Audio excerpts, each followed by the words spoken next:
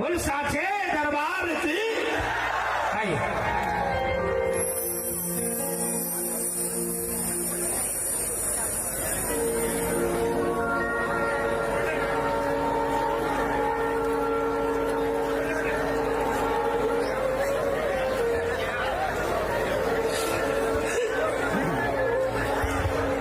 आइए हेलो बोल खाटू नरेश की।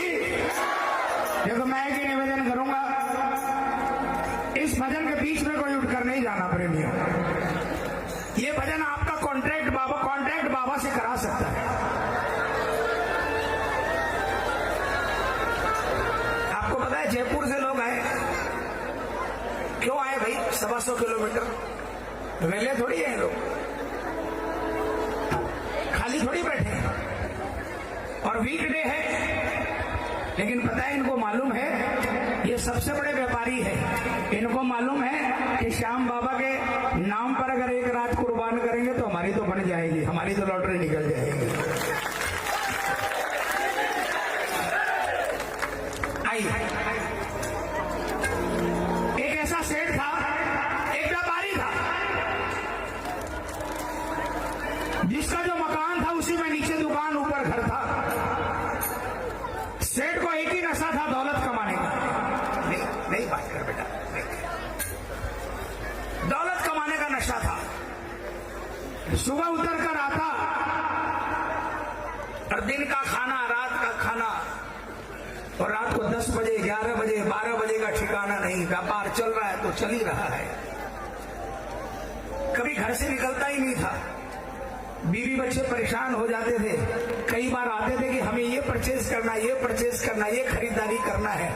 सेठ तिजोरी खोलता, गड्डी निकालता, कहता जितना पैसा चाहिए ले जाओ, गाड़ी खड़ी है, ड्राइवर खड़ा है, जो लाना हो ले आओ।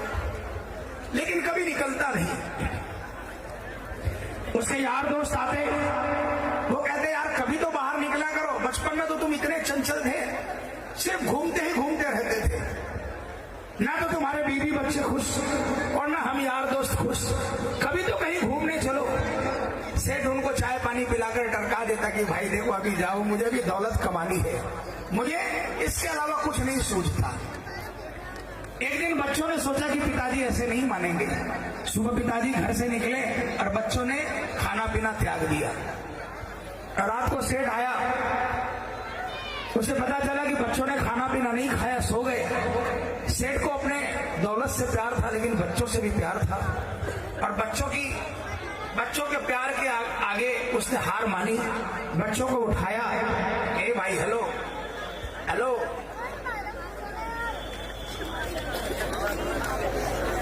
ए बच्चा लो,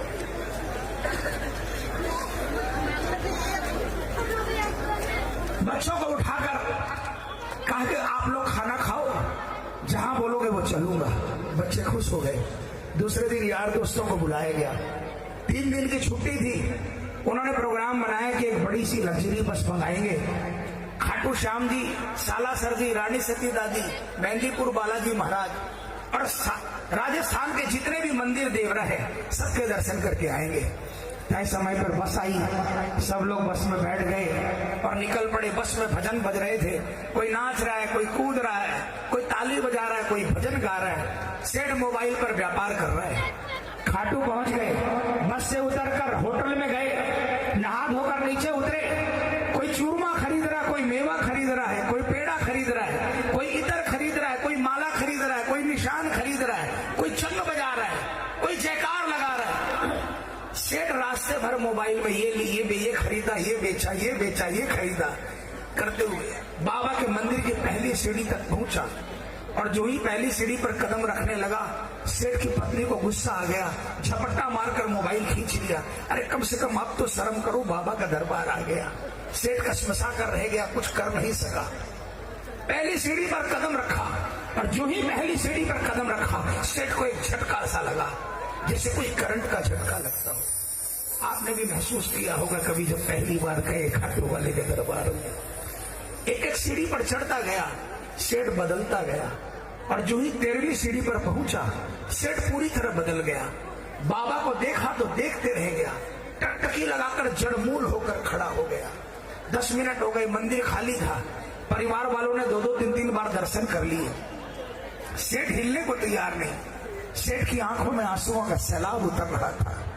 घर वालों ने इशारे से सेठ को इशारा किया, चलना नहीं है क्या? सेठ ने इशारे से कहा, तुम जाओ, मैं आ रहा हूं। क्या तो सेठ आने को तैयार नहीं था? क्या सेठ जाने को तैयार नहीं था? सेठ की आंखों से बस आंसू की धार अविरल बह रही थी। वो बाबा से एक ही बात कह रहा था, बाबा मैं बहुत बड़ा अभागा था जो इतने वर्षों तक आपके दरबार से दूर रहा। मैंने तो सोचा था कि दुनिया में दौलत कमाने से बड़ा कोई नशा नहीं है, लेकिन मुझे नहीं मालूम था कि आपकी आंखों में जो नशा है, इस नशे के आगे दुनिया का हर नशा फीका है। उसने कहा, बाबा मैंने सुना है हर महीने की सुदी 11 को आपके दरबार में सारी रात मंदिर खुलता है और हर धर्मशाला में कीर्तन होता है। मैं आज आपको वादा करता हूँ हर 11 को आऊंगा और अकेला नहीं आऊंगा। मेरे शहर में जो भी आना चाहेगा गाड़ी भर भर कर आऊंगा। ये वादा करके सेठ चला गया। अब सेठ ने अपनी दिनचर्या बदल दी। सुबह 6 बजे उठता, नहा धोकर पूजा पाठ करता, मंदिर जाता, 10 बजे अपनी गद्दी खोलता, पूजा पाठ करके गल्ला खोलता और शाम को 6 बजे गल्ला मंगल करता, कीर्तनों में जाता और खाना खाकर 9 बजे सो जाता। 15 दिन बाद सेठ ने बैलेंस शीट मिलाई। उसने देखा कि 12 घंटे और 15 घंटे मेहनत करके वो जितना कमाता था, अब वो 8 घंटे में उससे 20 गुना ज्यादा कमा रहा है। सेठ बहुत खुश था। हर महीने खाटू जाने लगा, गाड़ी भर भर कर जाने लगा। 2, 4, 6 महीने बीते। एक 11 को सेठ जब खाटू जा रहा था, मुनीम ने हाथ पकड़ लिया, है सेठ जी कहाँ जा रहे हो? कहा, मुनीम तुझे मालूम नहीं आज 11 से बाबा के दरबार में जाना है। मुनीम ने कहा, सेठ जी आपको याद नहीं, कल एक व्यापारी का फोन आया था, वो आज शाम को आएगा, 50 लाख का सौदा है, आपको खाटू जाना है, आप 4 दिन बाद पूर्णिमा है, चले जाना। सेठ का दिमाग फिर गया, माया हावी हो गई। उसने सोचा हाँ महीने में एक बार जाना है, पूर्णिमा को चला जाऊंगा। सेठ अटक गया, 50 लाख का सौदा कर लिया, लेकिन वो मूर्ख भूल गया कि वहां पर जन्म जन्म का सौदा होना था। पूर्णिमा आई, फिर कोई व्यापारी आ गया। उसने सोचा अगली 11 को चला जाऊंगा। ऐसे पूरा महीना निकल गया। 1 महीना बीत गया। दूसरे महीने फिर सेठ अटक गया। सेठ माया में फिर लटक गया। 2-4 महीने निकल गए। एक रात को सेठ सोया था। अचानक आधी रात को सेठ को लगा सपने में कोई आवाज आई, वाह रे सेठ, तू तो बहुत बड़ा सौदागर निकला। मैंने सोचा मेरा कोई बच्चा आया है पश्चाताप करने, लेकिन मुझे नहीं मालूम था कि एक व्यापारी आया था जो सौदा करने के लिए आया था। तुझे दौलत कमाने का बहुत शौक है, जा आज के बाद खूब दौलत कमाना, लेकिन मेरे दरवाजे पर तुम्हारा नहीं आना। सेठ की आंखें खुली, बहुत पछताया, रोने लगा। उसने सोचा अभी की अभी गाड़ी उठाऊंगा और खाटू जाऊंगा, लेकिन जो ही पलंग से नीचे पांव रखे, दोनों पांव ने काम करना बंद कर दिया। पैरालिसिस अटैक आ गया। जो सेठ रात को अपने पैरों पर चलकर बिस्तर पर आया था, सुबह व्हील चेयर पर अपने मकान के बाहर बैठा आंसू बहा रहा था। ये डाकिया बगल से निकला। सेठ ने डाकिया से कहा, है डाकिया, तुम तो दिल्ली, बंबई, कलकत्ता रोज इसका संदेशा उसको, उसका संदेशा उसको पहुंचाते हो, क्या मेरा संदेशा तुम खाटू वाले के दरबार में पहुंचा दोगे? डाकिया ने कहा, सेठ मेरा तो काम ही यही है, बोलो तुम्हारा संदेशा क्या है? अब सुनो सेठ ने डाकिया को क्या कहा, डाकिया ने सेठ को क्या कहा, और डाकिया ने खाटू वाले को क्या कहा जाकर, और खाटू वाले ने डाकिया को जवाब क्या दिया। प्रेमियों, आपका डाकिया बनने के लिए मैं तैयार हूं। 25 अक्टूबर को 11 से मुझे 24 अक्टूबर को पहुंचना है। अगर मैं जिंदा खाटू पहुंचा तो आपको विश्वास दिलाता हूं कि मेरी हाजिरी बाद में लगाऊंगा, आपकी हाजिरी बाबा के दरबार में। आपका बिना किसी पैसे के आपका डाकिया बनने को तैयार हो। संदेशा भेजना चाहोगे? आपके मन में कोई भी सवाल हो, आपकी कोई भी दुविधा हो, कोई भी काम जो नहीं बन रहा हो, इस भजन के माध्यम से आप बाबा को सुना देना, आपका संदेशा खाटू वाले के दरबार में पहुंच जाएगा। मारवाड़ी में है, राजस्थान में तो सच समझो, है ना? आइए।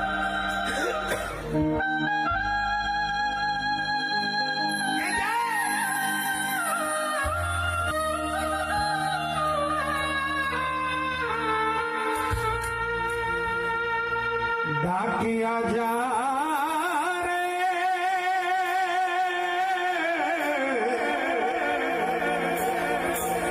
शाम ने संदेशो दीजे शाम ने जाए तू कह दीजे भगत थर दर्शन में तरसे डाकिया भेजना है किसको किसको भेजना है पूरे पूरे हाथ उठाना और मिलकर तालियां बजाकर बोलना क्या डाकिया जा रे सामने संदेशो दीजे हर दर्शन में तरसे डाकिया जा जितने हाथ है उतने हाथ उठे उतनी तालियां बजे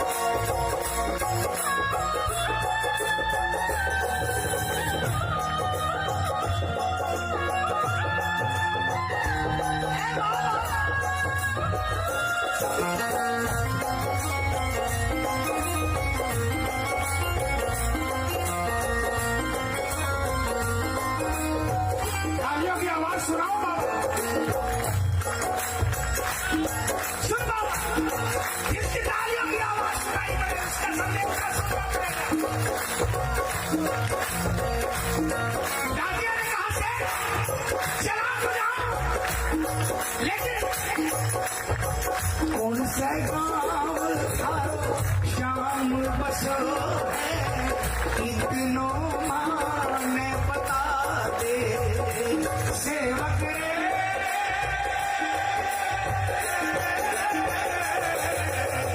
कौन से इतनो माने बता दे घर तेरे पास है कोई निशानी माने तू दिखला दे मैया जानो बाकी जान मैं हूँ छोरो आदि जान कैया जानो बाकी जान मैं हूँ छोरो आदि जान कैया शाम सुहोसी मिलन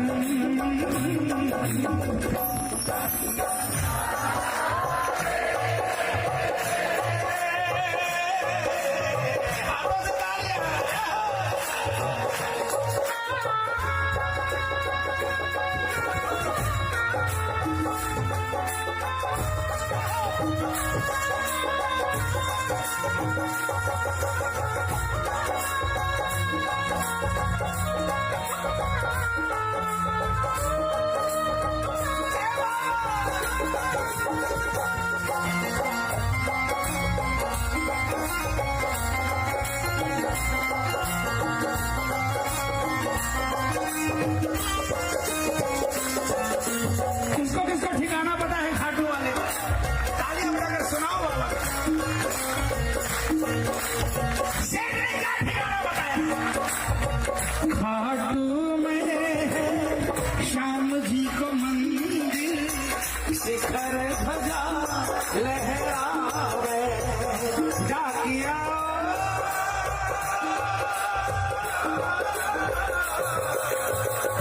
खाटू में है श्याम जी को मंदिर शिखर ध्वजा लहरावे ज्योति पर हनुमान विराजे सेवक चवर ढुलावे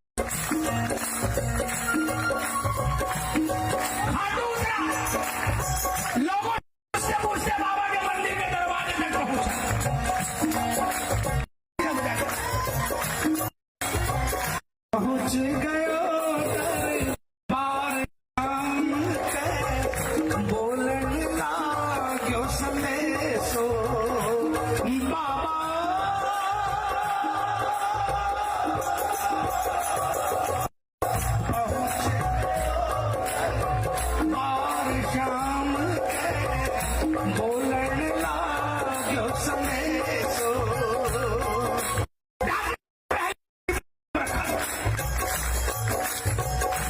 झटका लगा, डाकिया भी एक एक सीढ़ी चढ़ता गया। 13वीं सीढ़ी पर चढ़ने के बाद डाकिया ने पहले बाबा को नहीं देखा। डाकिया जब आता है ना तो ध्यान देना, आपकी घंटी बजाता है, आप दरवाजा खोलते हो, डाकिया आपको नहीं देखता, पहले थैले में हाथ डालता है, चिट्ठी निकालता है, फिर आपको देखता है। डाकिया ने भी बाबा को नहीं देखा। 13वीं सीढ़ी पर पहुंचकर कैमरा वाले भैया साइड हो यार।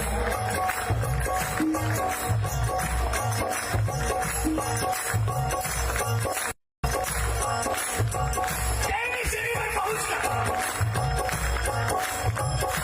यूं ही थैले से चिट्ठी निकाली, यूं ही बाबा की तरफ नजर करी, डाकिया के हाथों से चिट्ठी सरक गई।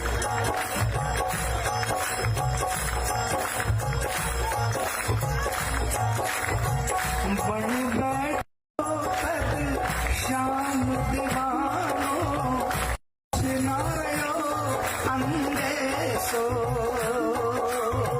बन बैठो कद शाम दीवानो, कुछ नायो अंदेशो। डाकिया जमीन पर गिर गया, सर पकड़ने लगा। उसने कहा बाबा 40-45 सालों से मेरी जिंदगी साइकिल के 2 चक्कों के बीच में उलझ कर रह गई। इसका हाल उसको सुनाया, उसका हाल उसको सुनाया, लेकिन मेरा हाल सुनने आज तक कोई नहीं आया।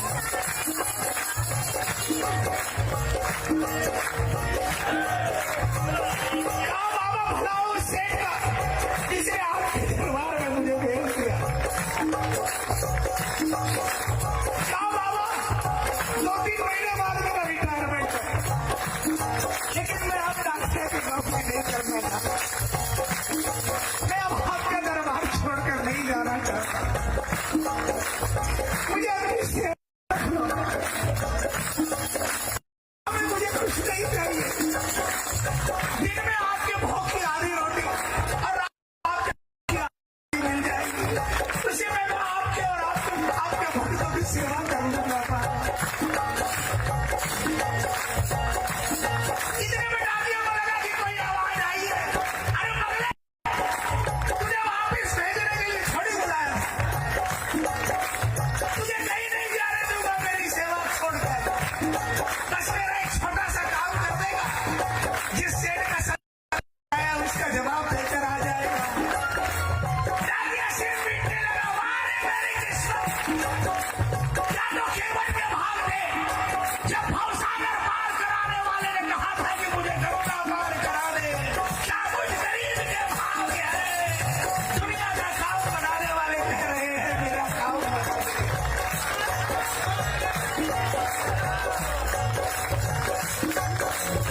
बाबा ने डाकिया से कहा, डाकिया जा संदेशों से वक्त में दीजिए, सेवक संदेश में दल से। संदेशों से वक्त में दीजिए, सेवक संदेश में दल से। सेवक यारा तेरी निरखे, डाकिया अभी तक जिसने हाथ नहीं उठाया उठा लेना। डाकिया निकल पड़ा है बाबा की चिट्ठी लेकर। हो सकता है वो चिट्ठी आपके नाम की हो, जो जहां खड़ा है, जहां बैठा है, उठा लेना हाथों को और तालियां बजाकर कहना क्या।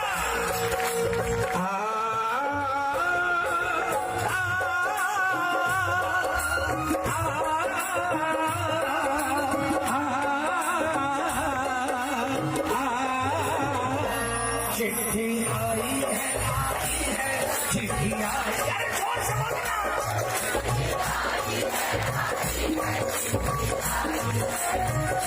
चिट्ठी आई है, अरे बड़े दिनों के बाद मेरे सामने को, अरे बड़े दिनों के बाद मेरे श्याम धनी को की याद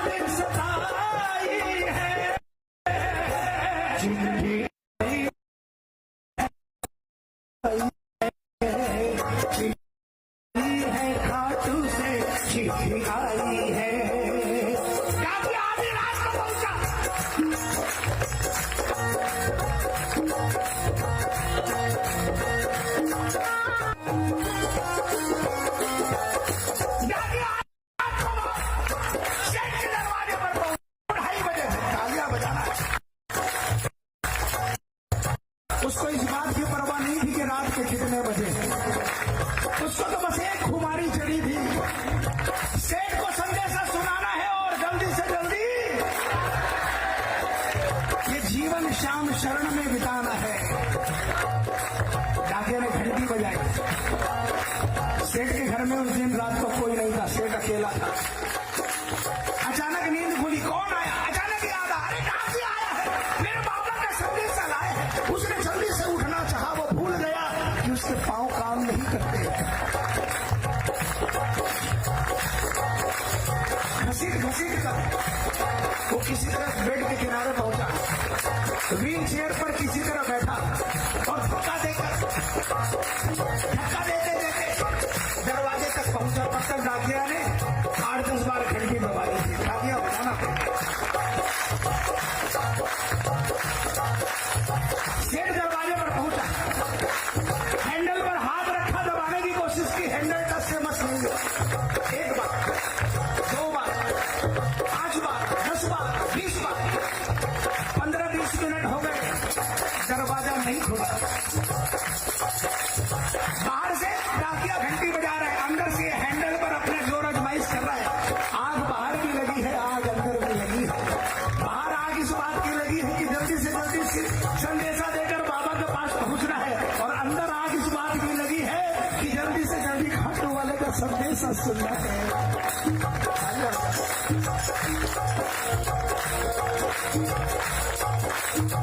डाकिया जब हार गया तो हैंडल पर सर पटकने लगा। कहा, बाबा मैं मानता हूं मैं गुनहगार हूं, मैं मानता हूं मैंने वादा तोड़ा है। बाबा मेरा जीवन ले लो, लेकिन ये 5 मिनट की घड़ी मुझे दे दो, मुझे संदेशा सुन लेने दो, उसके बाद मुझे जीना नहीं है। और सर पटकने लगा।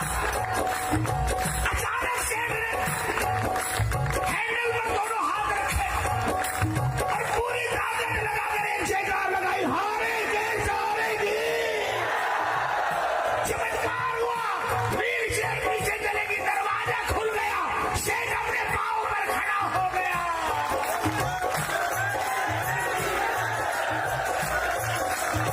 सेठ दौड़कर डाकिया के पास गया, सेठ डाकिया के चरणों में गिर गया, डाकिया सेठ के चरणों में गिर गया।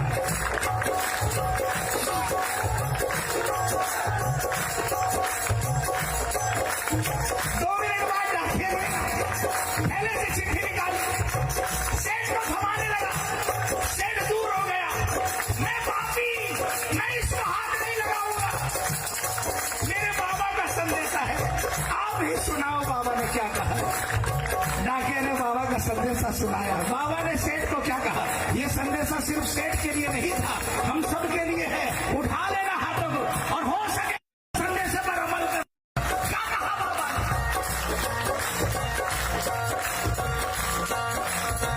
कह दीजिए तू जाए से वक्त में तेरो बुलाओ आसी।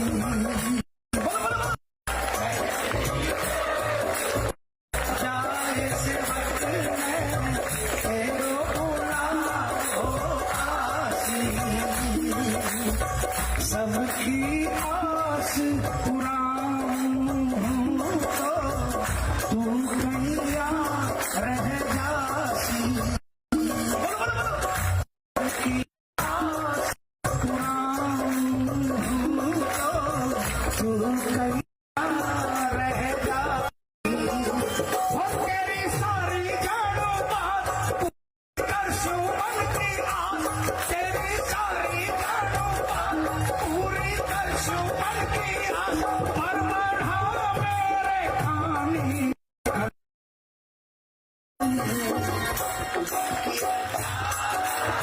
बाबा ने कहा, तेरी सारी जानता हूं, तेरे लिए सब कुछ करने को तैयार हूं मैं। पहला कदम तू बढ़ा, उसके बाद हर कदम मैं बढ़ाऊंगा। हाथ उठाओ ना, तालियां बजाओ। क्या बात? सुन संदेशो सावरिये को मन रखना